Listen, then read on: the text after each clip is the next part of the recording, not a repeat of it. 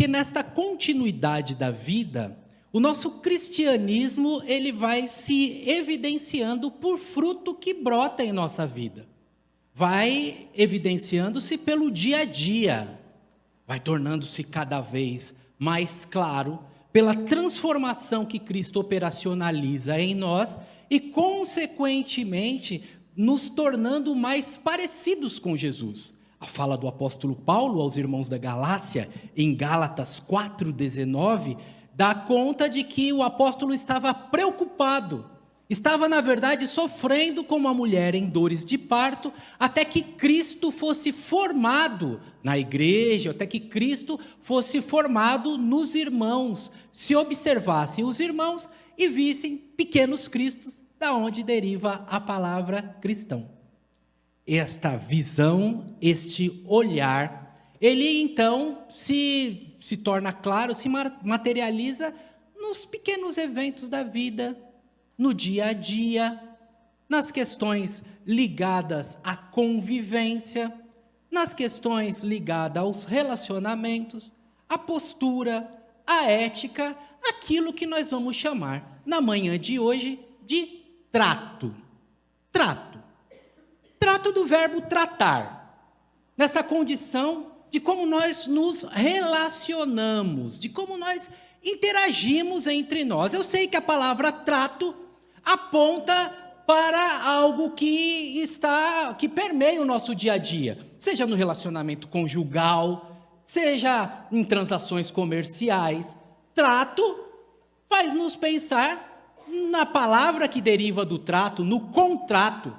Havendo irmãos entre nós do ramo do direito, estão familiarizados inclusive com o distrato, com essa condição então daquilo que foi formulado, daquilo que foi determinado por duas partes, romper e descontinuar.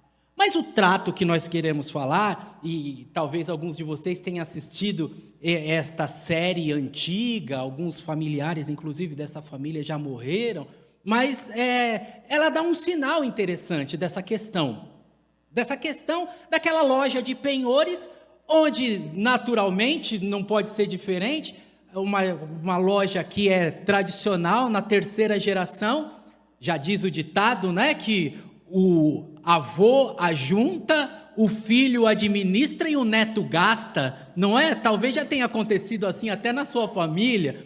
E o neto, nessa geração de troca, às vezes faz negócios precipitados, às vezes ele inadvertidamente não chama um especialista para avaliar o bem naquela loja de penhores e ele compra coisas que ele acha extraordinárias e que não vale absolutamente nada. Mas, como diz o nome da série, o nome é Trato Feito, o momento que eles dizem trato feito, mesmo com o prejuízo, tem que honrar. Então, o contrato é honrado. Mas nossa conversa desta manhã está para além do contrato, porque o contrato aponta para a lei. Moisés tem ali a sequência de mandamentos, e nós, na graça, estamos para além do contrato, daquilo que se cobra, daquilo que se espera ou de alguma maneira se tem mecanismos de controle. Nós queremos falar para além da transação comercial. Queremos falar sobre o relacionamento, sobre a evidência de que agora, como templo do Espírito Santo, nós sentimos diferente, reagimos diferente, valorizamos o ser humano de forma diferente.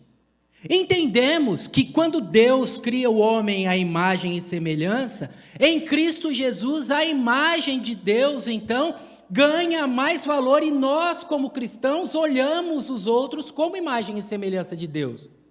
E nessa prática, e nesta maneira de conduzir, como Jesus mesmo disse em Mateus 5,16, estou citando alguns textos bíblicos, mas daqui a pouco entraremos na explanação, sempre respeitando o horário dos irmãos. Jesus disse para que os homens vejam as boas obras em Mateus 5,16, e glorifiquem o Pai que está nos céus, para que os homens vejam a sua conduta, para que os homens vejam sua ética, para que os homens vejam a sua família, ambiente onde o trato se manifesta continuamente. E glorifiquem o Pai que está no céu. Eu não tenho dúvida da nobreza do público que me assiste, seja na internet, sejam dos irmãos que estão aqui nesta oportunidade. Olhando para vocês, dá para ver que são gente boa.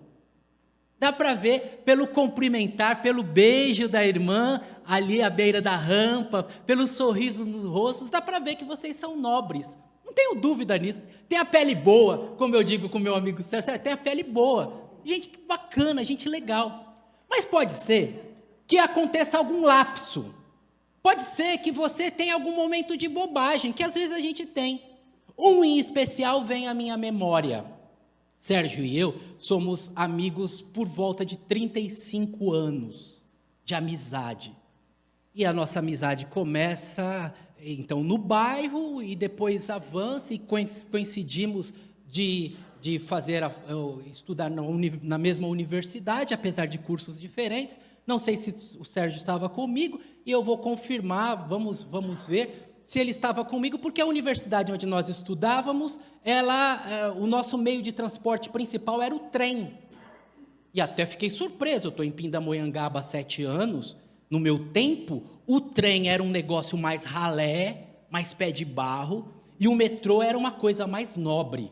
As pessoas até mudavam quando entravam no metrô. Coisas da Zona Leste, funcionava assim, estou narrando para você como era, tá bom?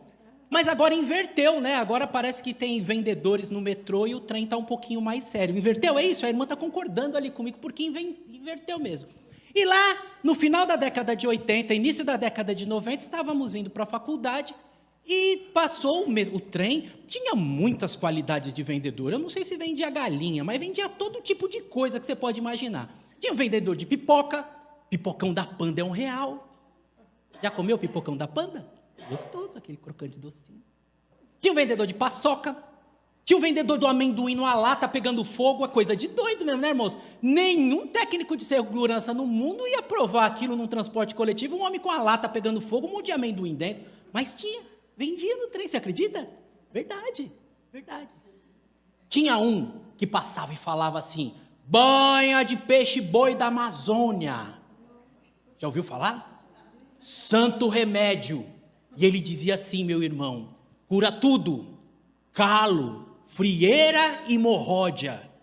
Porque hemorródia é que nem dinheiro, quem tem não fala. Era assim que funcionava naquele tempo. E entre eles, tinha um de voz grossa, jovenzinho como nós, estudantes recém-entrados na faculdade, que falava, geleia, geleia, geleia. Gostosa gelatina. Por algum motivo, talvez Sérgio não estivesse comigo, porque Sérgio era do grupo dos economistas, era um pessoal mais nobre, mais enjoado, sabe? Não ficava com a gente. Mas a gente do grupo de engenheiros já era mais fim de feira mesmo, ia jogando truco. E eu não sei, irmãos, não vou falar que é o diabo, porque o diabo tem costa larga, né? Eu, na minha maldade, na minha carnalidade, de alguma maneira, impliquei com o vendedor de geleia. De alguma maneira, eu distratei o vendedor de geleia. De alguma maneira, eu me senti melhor porque tinha entrado na faculdade e ele estava vendendo geleia. Isso se chama classismo, agora tem um nome técnico para isso. Naquele trato, aquele moço, com a sua educação, com a sua fineza, prestando contas para mim de maneira que ele nem precisava falar detalhes da sua família, da enfermidade da sua mãe. Eu que quis humilhá-lo por estar fazendo um curso naquele tempo nobre, fui extremamente idiota, extremamente desqualificado, envergonhei o nome do meu Senhor, por se me achar de alguma maneira melhor do que Ele. No trato, eu envergonhei o nome do Senhor. Pode ser que essa bobagem não esteja restrita a mim na década de 90. Hoje a gente vê alguns motoboys que vão fazer entrega e as pessoas, para descer do prédio, brigam. Recentemente, uma delas até atirou num trabalhador de entregas deste. Pode ser que em alguma situação da vida, ou quem sabe até do ambiente familiar, você distrate alguém. Traga de volta antigas histórias. Faça com que falas que citam parentes, ascendentes, criem um clima pesado em casa. E é exatamente sobre isso que nós estamos conversando hoje. Porque o apóstolo Paulo, quando por volta de 63, 64, eu não vou conseguir precisar a data para você, quando ele sai da prisão em Roma, ele decide escrever para jovens pastores, entendendo que a saúde da igreja está no relacionamento, está em quem é algo não se julgar maior do que os outros, está em tratar com respeito, com deferência, está em manifestar o amor, está em mostrar em Jesus, e como a nossa irmã disse com tanta sabedoria, quando eu chego numa igreja e alguém não me cumprimenta, eu acho que tem alguma coisa errada, então eu faço questão de com a minha simpatia abençoar as pessoas, e foi tão lindo, porque o Espírito Santo falou no meu coração, é essa mensagem, confirmada pela sua filha, sobre a nossa necessidade, irmãos, das nossas relações pessoais, familiares, profissionais, no condomínio, na casa onde moramos, no bairro, nossas relações sociais em geral, manifestarem a presença de Jesus. E olha, para minha vergonha, como pastor há quase 20 anos, nas nossas relações na igreja, às vezes a gente briga por causa de um vaso, às vezes a gente briga por causa de uma chaleira na cantina, por causa de um rodo ou de um instrumento que ficou fora do lugar. Estou falando isso para você, para que a gente então entenda a importância do que Paulo ensinou para os seus discípulos. Tito foi para Creta, o Timóteo foi para Éfeso. Éfeso era então uma cidade, aqueles meninos estavam, podemos dizer, literalmente ilhados num ambiente de paganismo, e com o paganismo vem a controvérsia, vem o risca-faca, vem uma série de questões difíceis. E aí o Paulo, tratando naquilo que no século XIII, em 1274, Tomás de Aquino usou pela primeira vez a terminologia, essa carta é pastoral. Só no século XVIII que ganhou força o título epístola pastoral. Timóteo recebe de Paulo uma carta, onde no seu capítulo 5 ele diz assim, abra sua Bíblia por bondade, 1 Timóteo, capítulo 5, os 9 versos iniciais, de 1 a 8. 1 Timóteo, capítulo 5, versículo de número 1 ao versículo de número 8. Se puder avançar um quadro, eu tenho o texto lá. Isso, obrigado. Se eventualmente você está sem Bíblia, o texto já está projetado no telão.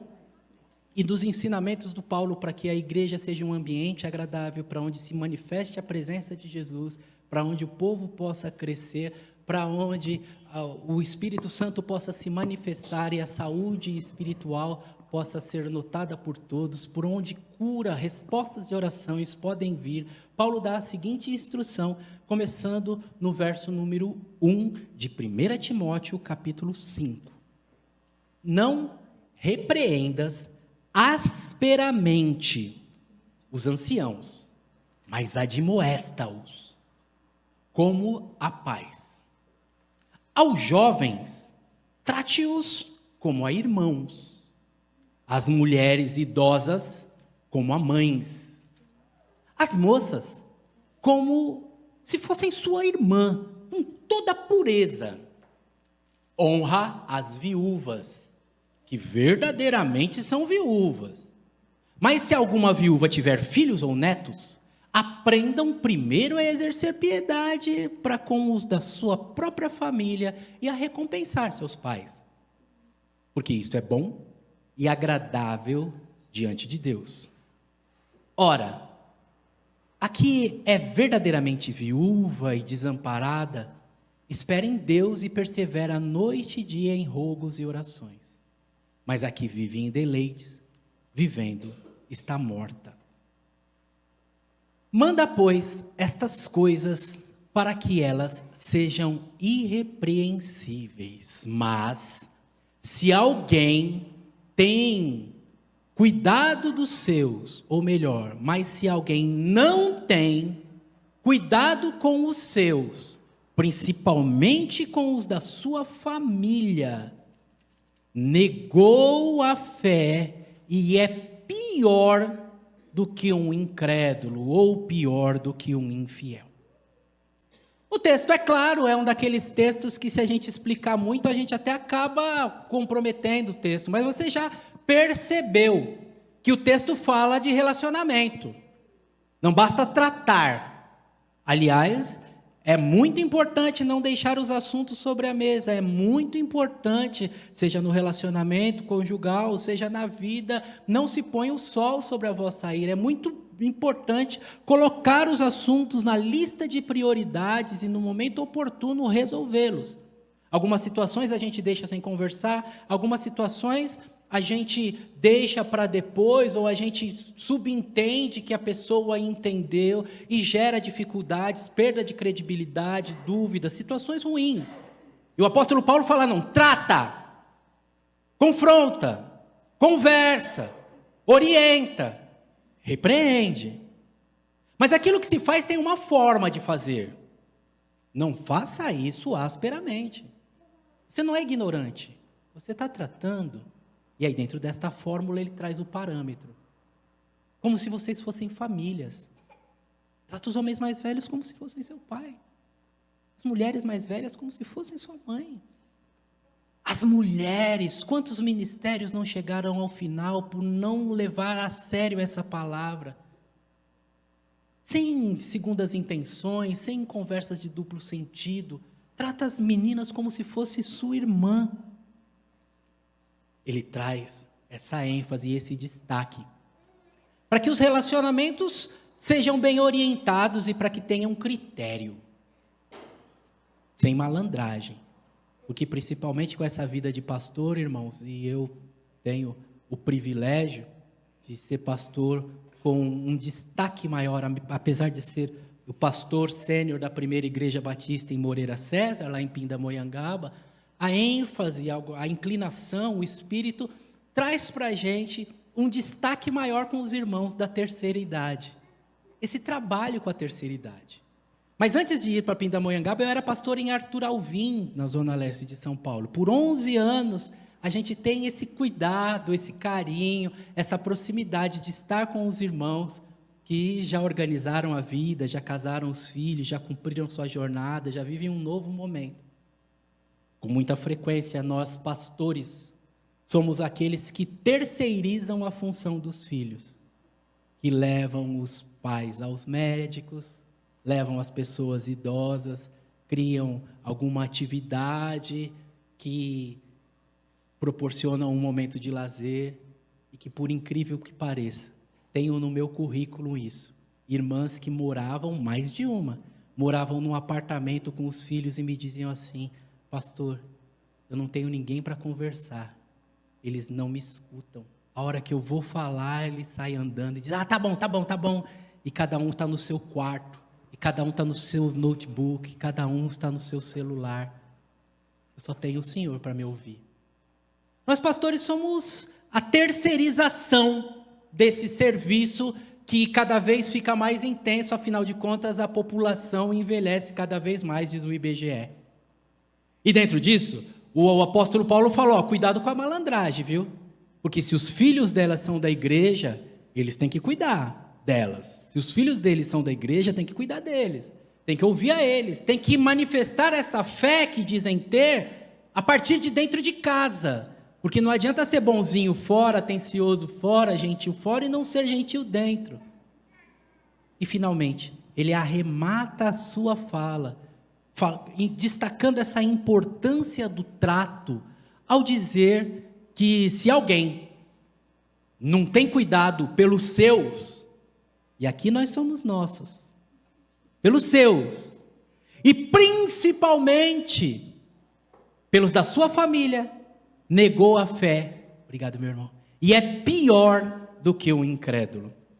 Estou chamando a sua atenção para essa realidade destacada por Paulo, da importância do relacionamento, da importância do trato, da importância de se levar a sério essa questão que manifesta a presença de Jesus. Não sei se meu controle... obrigado. Afinal de contas, nós que somos embaixadores de Cristo, irmãos, somos representantes de um Deus de fino trato. Deus nos trata com deferência. Você consegue fazer essa projeção? Que o Criador do universo, o Criador de universos, o Criador de multiversos, se humilha a ponto de se enquadrar, de se ajustar à linguagem humana, de se fazer compreensível.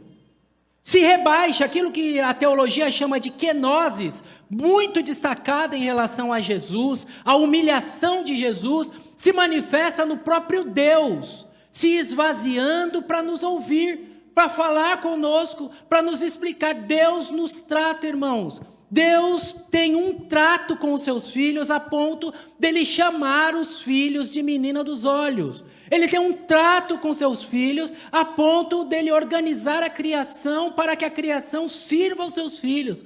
Deus tem um trato para conosco a ponto de organizar a história e nos avisar sobre os eventos. O horário está avançado, mas seria tão oportuno falar para você da condição nossa como pecadores, pequenos, frágeis, desprezíveis.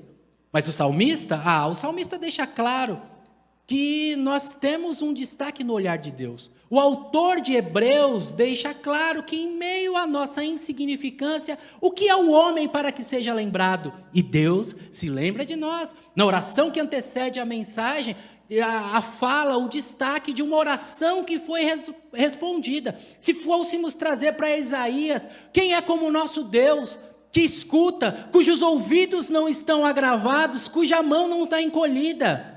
O Criador do universo está com o ouvido atento para você, Ele nos trata como filhos, nos inclui na sua família, nos entrega o que tem de mais precioso, o seu próprio filho, para morrer em nosso lugar.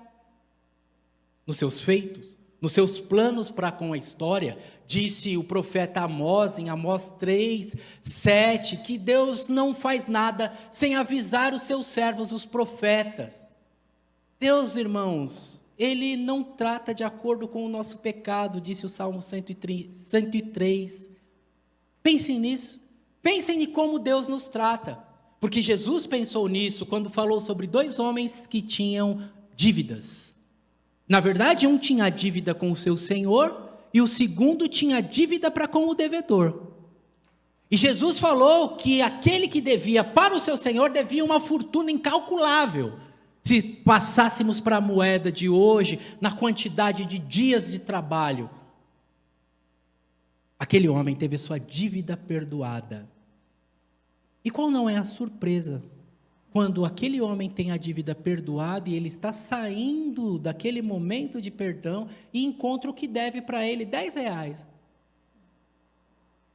Encontra aquele que deve R$10, ele é extremamente grosso, extremamente ignorante. Paga meu dinheiro, senão eu vou te bater. Acabou de ser perdoado na sua dívida. E Jesus está ilustrando que nós fomos perdoados dos nossos pecados.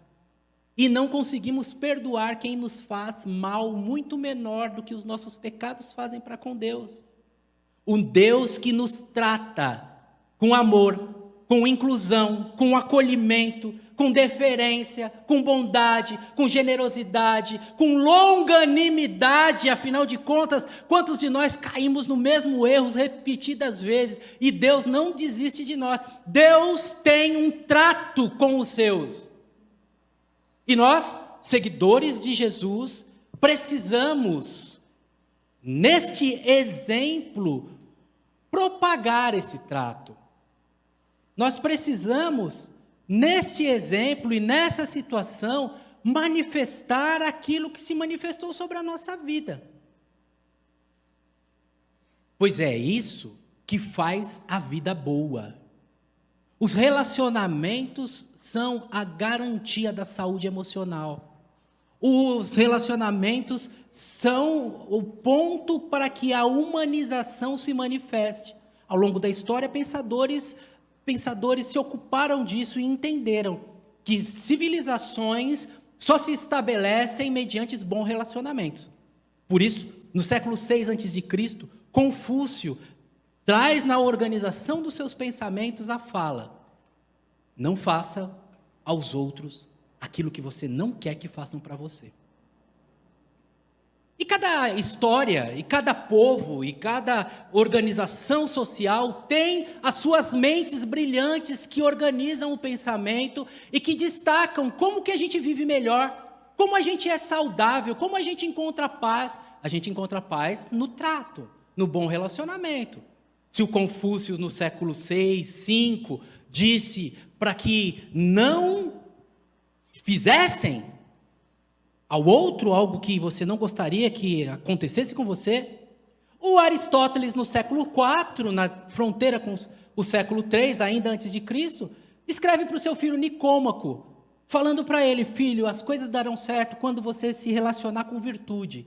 A virtude tem que estar presente para azeitar as relações e as trocas, e você precisa encontrar um ponto de equilíbrio, porque todos os extremos são vícios. Mais para frente, século XVIII, Immanuel Kant, já na modernidade, vai falar sobre a necessidade das pessoas terem valores maiores para que os seus relacionamentos se estabeleçam. E ele traz um imperativo categórico dizendo assim: age de tal maneira que a sua atitude possa se tornar padrão para qualquer pessoa. Não tem esse negócio de faço o que eu digo, não faço o que eu faço. Age de tal forma que a sua escolha, qualquer pessoa em qualquer parte do mundo possa fazer, e isso representar um ganho para a humanidade, isso possa ser dito em público. É claro que em falando em relacionamentos, a gente não pode deixar de lado aquele que resume tudo, que exemplifica tudo e que traz a grandeza do trato para as nossas vidas como pessoas transformadas. Quando ele encontra com o professor, ele diz: você precisa nascer de novo. Se você não nascer de novo, você não consegue tratar. Nem Confúcio, nem Aristóteles, nem Kant tinha essa chave da presença de Deus produzindo um novo jeito de tratar. E nós, irmãos, que fomos atingidos por esta nova natureza, que fomos encontrados por esse Deus que nos ama e nos chama de filhos, agora nós, não reativos como Confúcio, dizendo não faça, agora proativos como Jesus, nós fazemos aos outros aquilo que nós queremos que façam. Você quer ser elogiado? Elogia primeiro. Você quer ser respeitado? Respeite primeiro. Você quer ser honrado? Honre primeiro. Enquanto o Confúcio está reativo, dizendo: você não quer que falem mal de você, não fale mal de ninguém. Enquanto o Confúcio se encolhe, Jesus nos ensina a avançar com o bem. E o apóstolo Paulo vai dizer: não se deixem vencer o mal, vence o mal com o bem. O pastor Rafael já está em pé ali à porta, eu tenho que acelerar, tenho 3 minutos, mas eu vou usar meus 3 minutos com dignidade. Vou cair atirando. Sabe por quê, irmãos? Porque o nosso contrato nos era desfavorável. Quando você lê Colossenses capítulo 2, versículo 14, você vai entender que existia um contrato, uma sentença de morte desfavorável a nós. As nossas vidas estavam entregues e o domínio da morte seria perpétuo sobre nós e o inferno teria todo o poder sobre as nossas vidas. Por isso Jesus disse: quem crê e for batizado será salvo, quem não crê já está condenado. Mas em Colossenses, a Bíblia diz que o Senhor Jesus demonstrou, tornou público a todo o cosmos que a sentença que nos era contrária foi rasgada. O que permitiu Paulo dizer: onde está a morte, a sua vitória? Quando Jesus na cruz do Calvário, irmãos, diz: está consumado, e quando na Páscoa ele ressuscita, agora o poder da vida está sobre nós, e agora o que nos distanciava de Deus chegou ao final. Por isso, no diabo há muros, em Jesus há pontes. Por isso, o diabo é o acusador das nossas almas, e ele quer nos separar. Ele quer que a gente fique desconfiado, que a gente diga: nesse aqui eu confio, nesse aqui eu não confio naquela irmã tem um jeito esquisito, eu não confio naquele pastor, não sei o que ele está dizendo, eu não confio naquele irmão. O diabo quer fazer separações, e nós, com critérios. Não estou dizendo que você deva aceitar tudo, estou dizendo para você ser ingênuo. Mas estou falando para você ser longânimo, investigar um pouco mais, conhecer os outros lados, outras falas, possibilidades de alguma coisa não ser dita para proteger outra pessoa, considerar outros aspectos, porque em Jesus estão as pontes. O horário é avançado, mas você sabe que Jesus desfez a barreira da inimizade. Você sabe que com a queda, com o pecado, nós nos tornamos inimigos de nós mesmos. Lembra que o Adão se escondeu? Ele fica inimigo dele mesmo, a consciência começa a pesar. Nos tornamos inimigos do próximo. A mulher que tu me deste que fez. Nos tornamos inimigos da natureza. Agora o espinho vai furar seu pé. Nos tornamos inimigos de Deus. Cadê você, Adão? No pecado está a separação, o distanciamento. E porque a gente fica armado um contra o outro, a gente não trata bem. A gente não tem esse carinho, essa deferência, esse amor, esse sorriso. No pecado, a gente fica armado.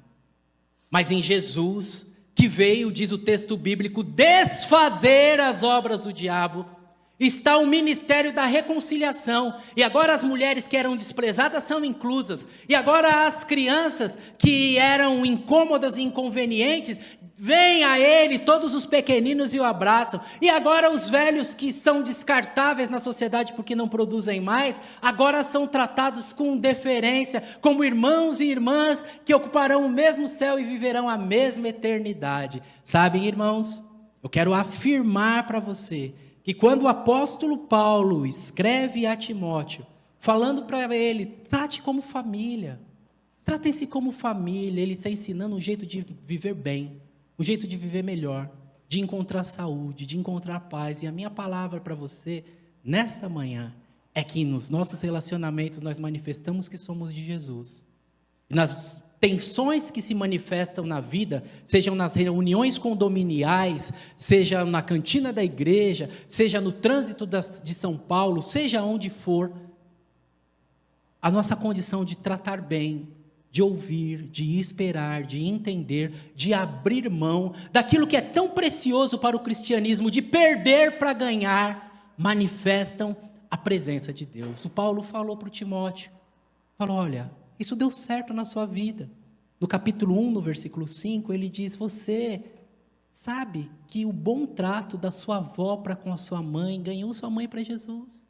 Você sabe que o bom trato da sua mãe e da sua avó para com você, ganharam você para Jesus. Você sabe que o clima bom da sua família confirma que esse Jesus ressuscitou. Você sabe. Desde os velhos tempos você guarda as sagradas letras que podem te fazer sábios para a salvação. Você sabe como é esse relacionamento de discípulos diferentes, de discípulos incompletos, como nosso irmão destacou, com as mesmas paixões do que nós, mas que conseguem viver em harmonia. Você sabe que deu certo para você, e você sabe que dará certo, se em 1:5 ele diz sobre o que aconteceu, em 5:1 ele diz o que deve acontecer. Tratem como família, tratem-se como família diante dos desafios da vida. Eu quero terminar a minha fala lendo para você. Tiago Grulha, há uma semana atrás, lançou um livro, e eu quero ler para você um capítulo, um pensamento, na verdade, que fala da importância do trato como evidência que somos de Jesus e como Deus pode nos usar a partir do trato. Vocação além dos púlpitos. Engana-se quem acredita que só a vocação pastoral, institucional, consola as pessoas. Exerça a sua profissão com humanidade, empatia e graça, e muitos serão abençoados. Muitos serão pastoreados pelo amor que transborda do seu coração. Uma recepcionista atenciosa pode afastar o medo de um paciente. Uma telefonista gentil pode resolver o problema que está tirando o sono de uma família. Um bancário disposto a ajudar desanuvia horizontes. Uma médica sensível enxerga detalhes que farão toda a diferença no tratamento. Um segurança bem-humorado evita uma série de constrangimentos. Acredite, você deve representar o nosso Mestre Jesus no exato lugar no qual você está. A sua luz confortará mentes que gemiam na escuridão. Deus te usará para a glória dele. Sirva o próximo como se estivesse servindo ao Senhor.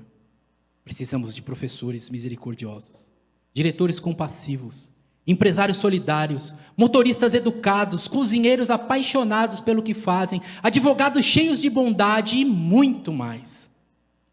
Quando a excelência casa-se com a piedade, a festa é celebrada por gente grata por um Redentor que se revela a nós no cuidado dos nossos irmãos. Que Deus nos abençoe, irmãos. Que o nosso trato revele a presença do Senhor e que no nosso trato Deus se revele como instrumento de cura das nossas relações e de crescimento nosso, até que tenhamos a estatura do varão perfeito. Quero agradecer muito seu horário. Passei 5 minutos, aceite o meu pedido de perdão, mas com a permissão dos irmãos eu quero fazer uma oração. Por bondade, abaixe sua cabeça.